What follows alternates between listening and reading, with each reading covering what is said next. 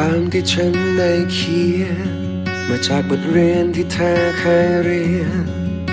ว่าจาที่ฉันเอ่ยไปว่าจากอารมณ์ที่เธอผ่านเจอเพียงการเดินทางเพียง1 สัปดาห์1 เดือน1 ปีมันมีความหมายทำให้เติบโตเรียนรู้เข้าใจได้มากกว่า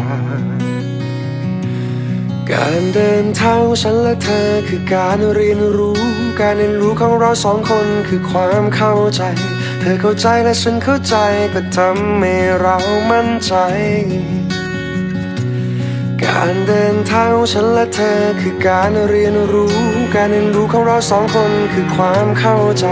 เธอเข้าใจและฉันเข้าใจก็ทำให้เรามั่นใจในสิ่งนั้น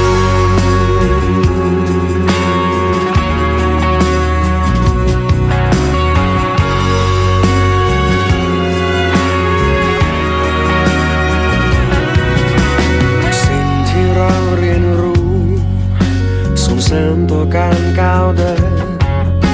เรื่องราวที่เราเผชิญอยู่ที่เราเข้าใจมันไหมเพียงการเดินทางเพียง1 สัปดาห์1 เดือน1 ปีมันมีความหมายทำให้เติบโตเรียนรู้เข้าใจได้มากกว่าการเดินทางของฉันและเธอคือการเรียนรู้ของเรา2 คนคือความเข้าใจเธอเข้าใจและฉันเข้าใจก็ทำให้เรามั่นใจการเดินทางของฉันและเธอคือการเรียนรู้ของเรา2 คนคือความเข้าใจ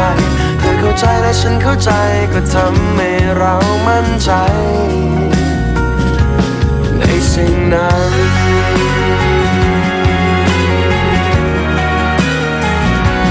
ในความรัก